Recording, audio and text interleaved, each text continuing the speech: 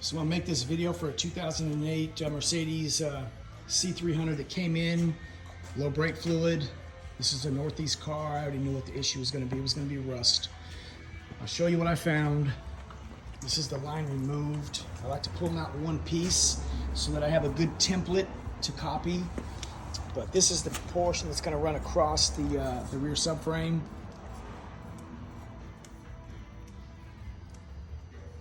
Anyway, the camera sucks, but anyway, that's the piece. So what you're gonna wanna do, there's all my zip ties I cut, is I just essentially traced it, copied it, zip tied it,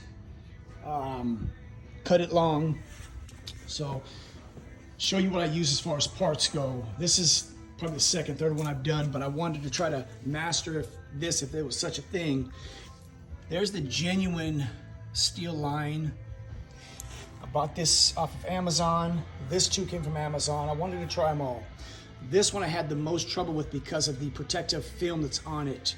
You've got to clean it off, scrape it off, cut it off to use it.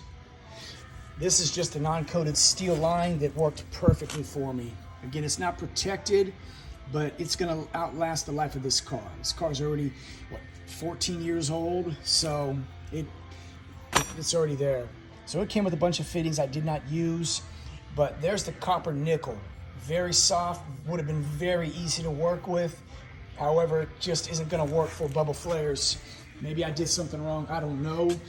But this is my first attempt at the Mercedes line. It just pushed back. Now I could have worked with it. I've gotten to go before. I know what to do. But this is the copper nickel.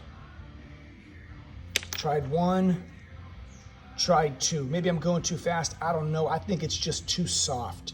Very, very easy to work with in terms of bending it. And there's the steel. That one wasn't perfect, but it would have worked, but I cut it off. So this is your part number for the unions, the couplers. Then as far as the nuts there, the lines, there's your part number there, all genuine. And there you go again, get you an idea of pricing on that stuff. So expensive to do with the genuine stuff, but whatever. This is the tool I used to make that bubble flare.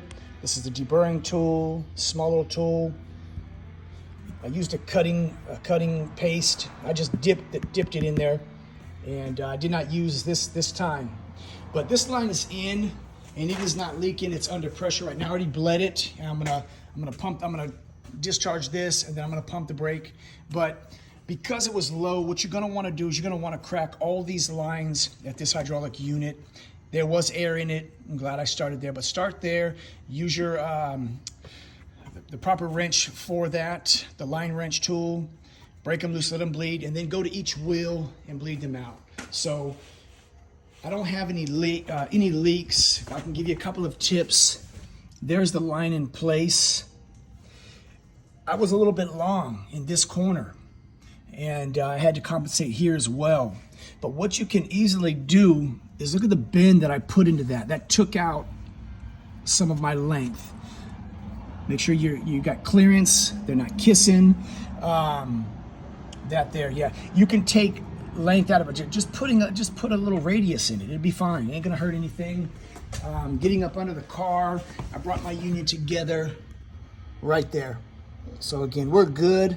We're gonna make sure that we got no air and put it on the road and test it. But I hope that helps y'all out in terms of which direction you may want to go when you do it. I like this stuff. I like this better. I just don't like making the bubble flares with it, but I'll get that perfected at some point. But hope that helps y'all.